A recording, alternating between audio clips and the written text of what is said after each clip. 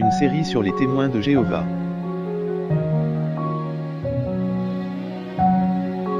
Les faits essentiels. Donc, ce matin, j'aimerais qu'on puisse terminer dans notre série Les faits essentiels. Pas la série, certains diraient peut-être Amen. Moi, j'aime ça être exhaustif au moins, mais c'est quand même des faits essentiels sur les questions. Et on revient encore pour la dernière fois au fait numéro 6 sur le Seigneur Jésus. Et cette question-là, est-ce que Jésus et le Yahweh ou l'Éternel de l'Ancien Testament, c'est la même personne? Ils sont parfaitement unis ensemble. Puis est-ce que finalement, quand Jésus a dit que lui et son Père, ils étaient un, que ça allait au-delà d'avoir les mêmes objectifs, au-delà d'avoir la même perspective, les mêmes plans pour l'humanité, mais qu'ils étaient parfaitement unis même dans leur nature et dans leur être. Donc, j'aimerais qu'on puisse continuer à avoir quelques exemples pour terminer cela ce matin. Mais juste avant de le faire, puisqu'on va compléter le fait numéro 6 sur la personne du Seigneur Jésus, j'ai fait une bévue. Il y avait un sujet que je n'avais pas décrit. Juste en passant, j'en ai parlé un peu. Et c'est ce fait-là que les témoins de Jéhovah enseignent que le Seigneur Jésus, lorsqu'il est ressuscité des morts, après avoir offert son corps sur la croix du Calvaire, qu'il est ressuscité spirituellement pour redevenir un esprit, ou l'archange Michel. Les témoins de Jéhovah disent que Jésus n'a pas un corps aujourd'hui. Le corps de son sacrifice a été anéanti. Donc, il est seulement un esprit. Je vous donne quelques citations. Jésus lui-même a expliqué qu'il ne serait pas ressuscité avec son corps de chair et de sang. On le dit dans les publications des témoins de Jéhovah. Il a déclaré qu'il donnerait sa chair pour la vie du monde comme rançon pour l'humanité. Ça, c'est clair, oui, Jésus a dit qu'il ferait cela. S'il avait repris son corps physique à sa résurrection, son sacrifice aurait été annulé. Maintenant, où est-ce qu'on trouve ça dans la Bible, qu'il y a un principe, une vérité dans la justice de Dieu, que Jésus, s'il offrait son corps comme sacrifice, et en passant, il le dit dans Jean 10, 18, il a dit « Personne ne me l'enlève, ma vie. Je la donne de moi-même. » Jean 10, 11, « Je suis le bon berger et je donne ma vie pour mes brebis. » Mais à quel endroit dans la Bible est-ce qu'on nous dit que si Jésus était ressuscité corporellement, que ça allait annuler son sacrifice? Il n'y a aucun principe, aucune vérité, à part dans la pensée des témoins de Jéhovah. C'est la seule place.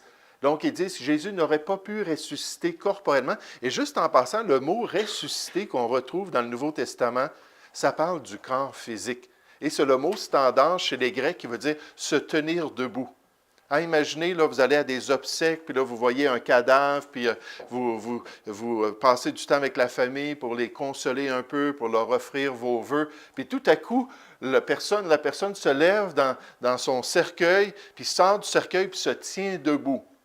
Là, je pense qu'on pourrait parler d'un Lazare et de la résurrection, n'est-ce pas? C'est le concept. Donc, ils disent, il ne pourrait pas avoir pris son corps. Cependant, cela n'a pas été le cas. Jésus n'a pas pris le corps, car la Bible dit qu'il a sacrifié sa chair et son sang une fois pour toutes. C'est ça leur argument. Sous quelle forme Jésus revient-il? Il a été ressuscité en tant qu'esprit, un être invisible. Puis il est monté au ciel et s'est assis à la droite de Dieu comme un être invisible. Lorsque Jésus arrivera de façon invisible avec ses anges, il jugera l'humanité. Puis la raison pourquoi les témoins de Jéhovah croient cela, c'est qu'il y a eu une prophétie de leur président, Chantés Russell, qui ne s'est pas accomplie. Chantés Russell avait dit que la bataille d'Armageddon allait terminer en 1914 et que Jésus allait venir sur la terre pour régner comme roi. Dans sa citation, une des citations du pasteur Russell, il dit « Il n'y aura donc pas lieu d'être surpris lorsque nous montrerons dans les chapitres qui suivent que l'établissement du royaume de Dieu est déjà commencé, que d'après les prophéties, il devait commencer à exercer son pouvoir en 1878, et que la bataille du grand jour du Dieu Tout-Puissant, Apocalypse 16, 14, ça nous parle de la bataille d'Armageddon, qui finira en 1914 avec le renversement des gouvernements terrestres et actuels, est déjà commencé. Là, finalement, quand ils se sont rendus en 1914, Puis non seulement il n'y a pas eu la fin de la bataille d'Armageddon, la Première Guerre mondiale était dans tout son élan, puis deuxièmement, il n'y a pas eu l'établissement du royaume de Christ, ils ont changé leur position. C'est un peu comme les Adventistes avec le pasteur Miller. Le pasteur Miller puis son associé Ellen White, la prophétesse. Et ils ont prophétisé que Jésus allait revenir en octobre 1843. Et quand ça ne s'est pas produit, il est allé chercher sa calculatrice, puis il a recalculé là, on pourrait dire, son arithmétie prophétique. Puis là, il a dit, oh, c'est en 1844. Et quand ça ne s'est pas prophétisé, il a dit, j'aurais pas dû faire ça. Il s'est repenti, puis il a quitté le mouvement. Mais Ellen White a dit, non, non, ça s'est produit. Jésus s'est levé du trône de Dieu. Il s'est levé dans la droite de Dieu, puis il est allé dans le, si on pourrait dire, le tabernacle céleste, puis il a tout nettoyé le tabernacle céleste en 1844. Premièrement, on peut se poser la question, pourquoi est-ce que le tabernacle céleste aurait besoin d'être purifié? Puis deuxièmement, ce n'est pas du tout ce qu'ils ont prophétisé, qu'il venait sur la terre pour établir son règne. Mais on voit comment c'est facile d'essayer de changer la prophétie pour faire dire quelque chose d'autre. Mais toute leur croyance est affectée parce qu'ils ne veulent pas être reconnus comme des faux prophètes. Avant 1914, Jésus allait venir visiblement dans l'enseignement des témoins de Jéhovah. Après 1914, il allait venir spirituellement ou invisiblement. Parce que ces gens-là ont reconnu que si ce n'était pas le cas, alors ils étaient des faux prophètes.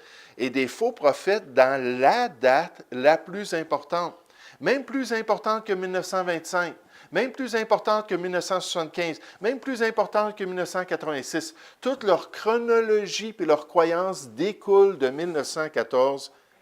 Et à cause de ça, ils ont été obligés de pousser le fait que Jésus est revenu invisiblement, qu'il est ressuscité invisiblement, et ensuite il est revenu parce que la Bible nous dit que comme Jésus a quitté, de la même manière que les apôtres l'ont vu monter au ciel, qu'il devait revenir de la même manière. Et là, Jésus était juste un esprit qui prenait une certaine forme corporelle pour qu'on puisse au moins le voir, mais ce n'était qu'un esprit. Et là, quand Jésus est revenu, c'est seulement les témoins de Jéhovah et l'organisation, la société, qui a compris qu'il était revenu sur la terre. Parce que le restant des gens ne pouvaient pas le voir. Il était seulement spirituel. Vous savez, qu'on pense à ça, c'est totalement le contraire de ce que les évangiles et la parole de Dieu nous enseignent. Quand Jésus est ressuscité, il est apparu à ses disciples. Il leur avait dit, écoutez, je vais revenir, je vais ressusciter après 3 jours, je vais me tenir avec vous. Puis il y a juste quelques personnes qui semblaient avoir le concept un peu, mais ils avaient un cœur endurci, puis ils ne croyaient pas. Puis quand Jésus est ressuscité, ils l'ont vu, puis ils ont dit, mon ami, on vient de voir un fantôme. On vient de voir un esprit qui vient de nous apparaître. Regardez dans Luc 24, ça dit, « Saisis de frayeur et d'épouvante, ils croyaient voir un esprit. » Et Jésus leur dit, « Oui, effectivement, je suis un esprit. Vous avez bien compris. » Est-ce que ça dit ça dans le passage? Pas du tout. Mais il leur dit, « Pourquoi êtes-vous troublés et pourquoi pareille pensée s'élève-t-elle dans vos cœurs? » D'où est-ce que ça vient que je serais un fantôme ou un être spirituel? Qui a inventé ça? Pourquoi vos cœurs pensent ces choses-là? Il dit, « Voyez mes mains et mes pieds, c'est bien moi. Touchez-moi et voyez. Un esprit n'a ni chair ni eau, comme vous voyez que j'ai un corps ressuscité. » En fait, la Bible nous dit que notre corps de gloire sera un corps comme celui du Seigneur Jésus dans Philippiens 3 au verset 21. Par le pouvoir qu'il a de s'assujettir toutes choses, il va nous donner un corps, mais un corps ressuscité et incorruptible, comme le sien. Puis là, encore une fois, dans un autre évangile, on voit qu'il doutait. Il a dit, « Amenez-moi de la nourriture. Je vais manger devant vous. Là. Je ne suis pas un esprit. » Puis il a fait tous ses efforts pour que les gens puissent voir qu'il était spirituel. Puis quant à son retour, juste en passant, les prophéties bibliques sont très claires. Ça va être un retour qui va être visible, pas pour l'Église. L'enlèvement, c'est un autre sujet. Mais le retour du Seigneur Jésus aux yeux des gens, ça va être un retour qui va être visible et qui va être glorieux aux yeux de tous. La Bible nous dit dans Matthieu 26 au verset 64, ça nous dit, Jésus lui répondit, « Tu l'as dit. De plus, je vous le déclare, vous verrez désormais le Fils de l'homme assis à la droite de la puissance de Dieu et venant sur les nuées du ciel. » Lorsque le signe du Fils de l'homme va paraître, les gens vont le voir venant dans la gloire et descendre du ciel. C'est partout dans les Écritures. Alors le signe du Fils de l'homme paraîtra dans le ciel. Toutes les tribus de la terre se lamenteront et elles verront le Fils de l'homme. Pas les gens de la Société des témoins de Jéhovah, là. Les habitants de la terre. Elles verront le Fils de l'homme venant sur les nuées du ciel avec puissance et une grande gloire. La Bible nous dit, voici, il vient avec les nuées et tout œil le verra. Tous les gens vont le voir paraître quand il va revenir. Même ceux qui l'ont percé, les Juifs, et toutes les tribus de la terre se lamenteront à cause de lui. Oui, Amen. Les témoins de Jéhovah disent, oui, mais il faut comprendre que quand la Bible parle de l'avènement, de la venue du Seigneur Jésus, elle utilise un mot qui est le mot parousia en grec. Puis le mot parousia, ça veut dire tout simplement être présent. On pouvait utiliser ce mot-là pour dire qu'il y a quelqu'un dans la salle aujourd'hui, puis cette personne-là a telle et telle caractéristique. Ça ne veut pas dire que quelqu'un arrive par la porte, puis là rentre au milieu de nous. Non, ça peut parler de la présence d'un individu. Vous savez, c'est vrai que c'est une des manières qu'on peut traduire le passage. Donc, pas que Jésus va paraître dans les nuées, il va être déjà présent, invisiblement. Et c'est comme ça qu'ils enseignent les vérités concernant le retour du Seigneur Jésus.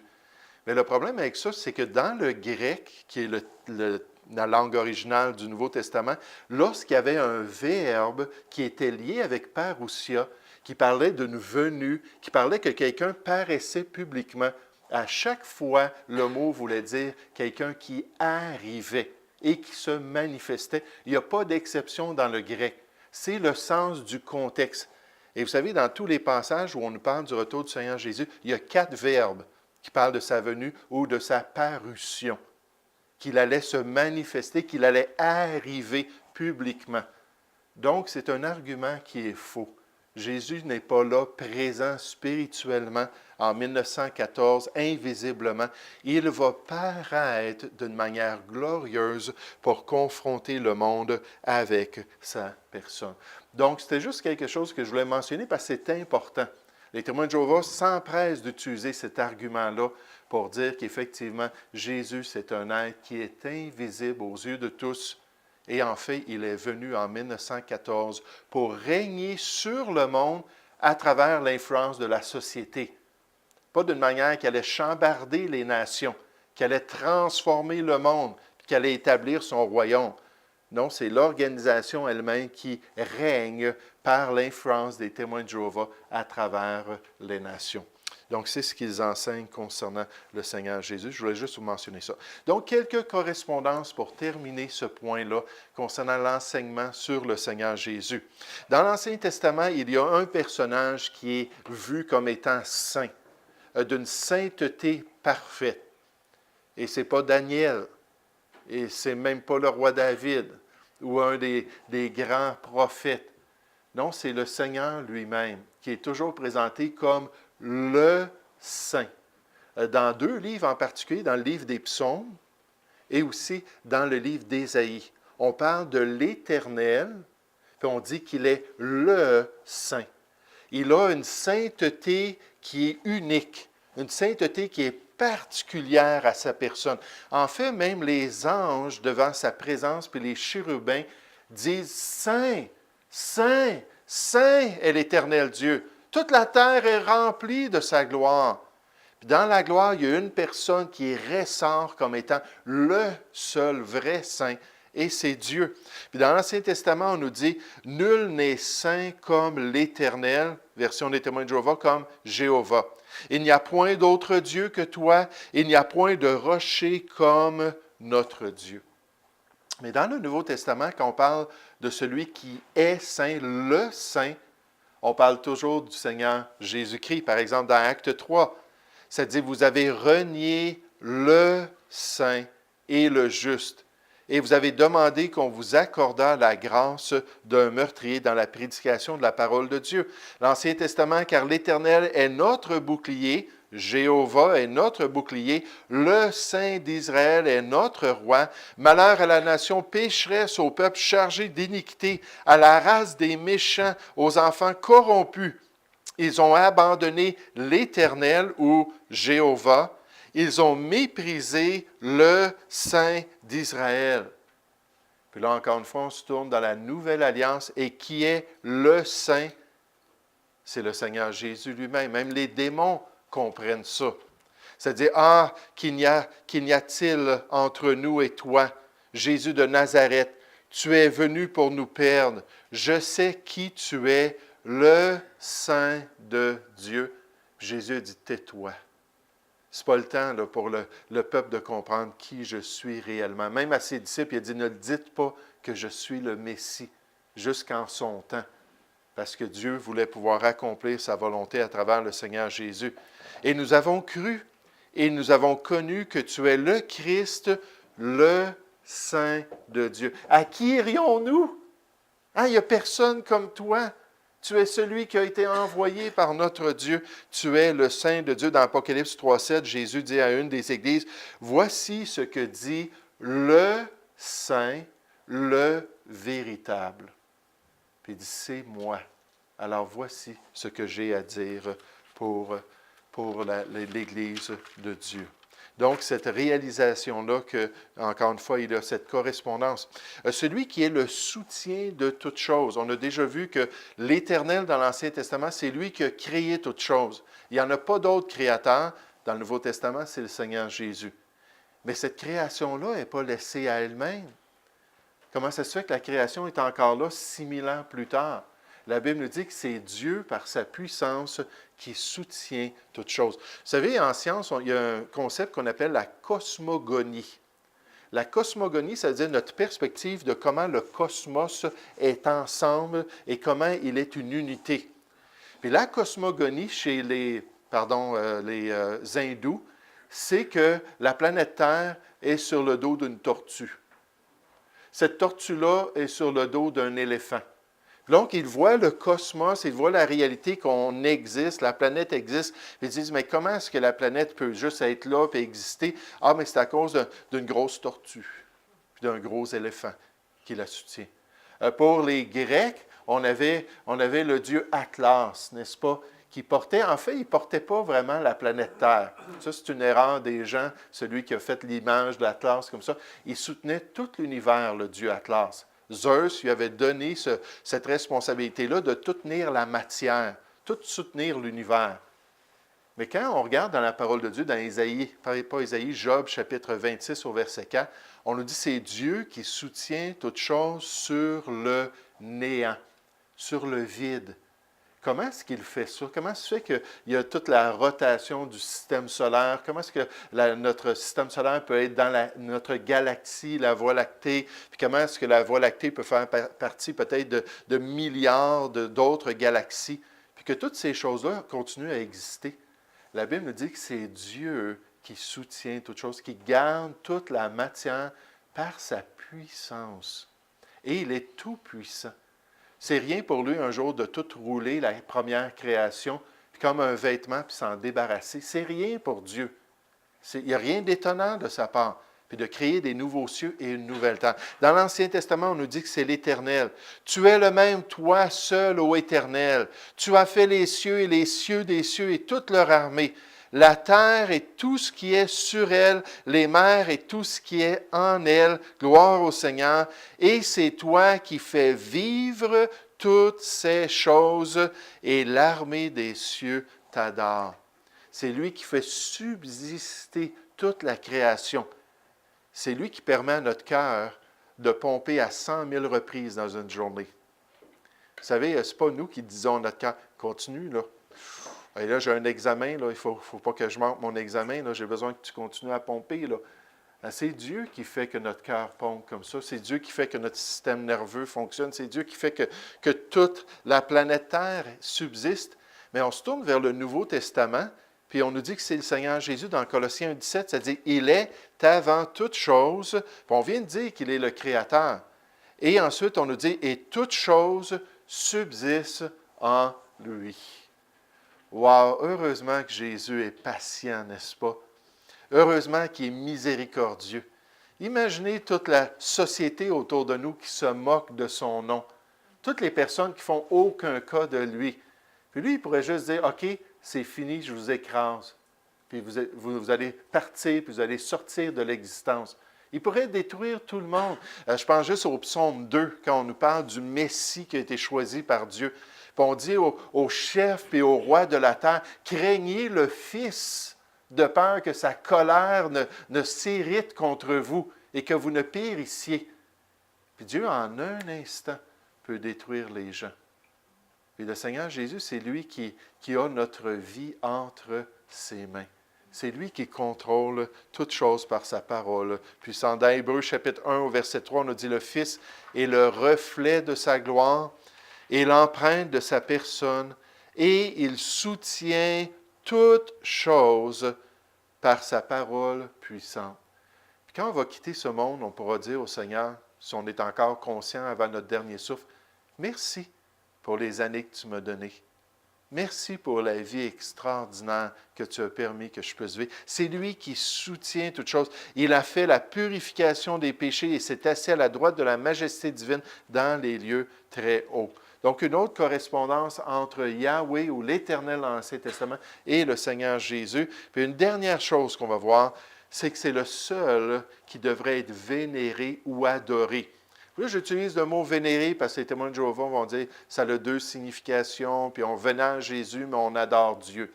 Non, les mots veulent dire la même chose. Dans l'Ancien Testament, ça dit « Je le jure par moi-même. La vérité sort de ma bouche et ma parole ne sera point révoquée. Tout genou fléchira devant moi, et toute langue jurera par moi. En l'Éternel seul, me dira-t-on, réside la justice et la force. » Puis là, Dieu est en train de dire, Jéhovah, si on pourrait dire, est en train de dire, c'est moi que vous devez vénérer, c'est moi devant moi que vous devez fléchir le genou. Votre langue devrait confesser mon nom. En fait, Dieu dit qu'il ne laissera pas impuni celui qui prend son nom en vain. Donc, le nom de Dieu, c'est un concept très important pour le croyant, de faire attention comment est-ce qu'on associe Dieu avec nos projets qui sont peut-être malhonnêtes, comment est-ce qu'on associe Dieu avec nos décisions qui ne font peut-être pas partie de sa volonté.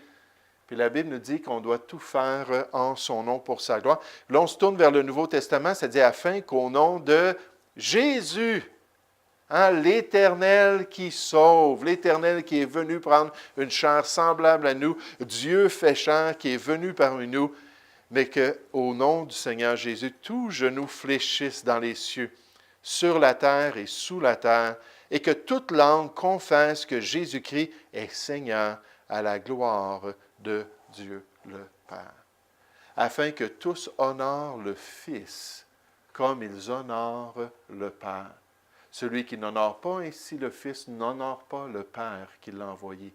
Et qu'on puisse donner cette vénération-là, puis qu'on puisse louer le Seigneur Jésus de tout notre cœur, parce que lui seul en est digne. C'est-à-dire Dieu, dans toute sa personne, c'est lui qui en est digne. Donc, c'est comme ça ce matin qu'on finit cette étude de ce que les témoins de Jéhovah disent concernant le Seigneur Jésus. Plusieurs choses qui étaient malhonnêtes, plusieurs choses qui étaient tordues, la gloire qu'ils ont enlevée du Seigneur Jésus. Puis là, le fait numéro 7, on va se concentrer sur un sujet très important pour notre destin éternel, c'est-à-dire le sujet du salut. Qu'est-ce que la Société des témoins de Jéhovah qui dit croire en Jésus? Vous allez voir, là, il mentionne, nous, on croit que Jésus est mort pour nos péchés, on croit que finalement, c'est grâce à son œuvre qu'on peut être lavé de toutes nos transgressions. Mais qu'est-ce qu'ils croient réellement lorsqu'on regarde tout ce qu'ils ont à dire concernant le salut de notre âme? Est-ce que c'est Jésus seul, solus Christus, d'après les réformateurs, ou est-ce que c'est Jésus et moi? Ce que moi je vais faire. Puis vous allez voir, en fait, Jésus a une très petite part en comparé avec ce que moi je peux faire pour obtenir le salut de Dieu. Rentrer dans le royaume de Dieu. Donc ça va être le fait numéro 7. J'espère que vous allez tous être présents de cœur et présents d'esprit pour entendre ça et apprendre un petit peu plus pourquoi on devrait éviter les témoins de Jéhovah.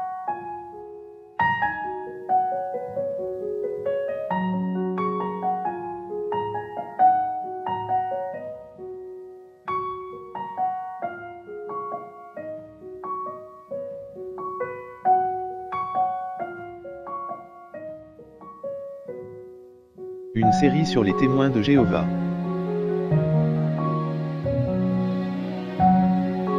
Les faits essentiels.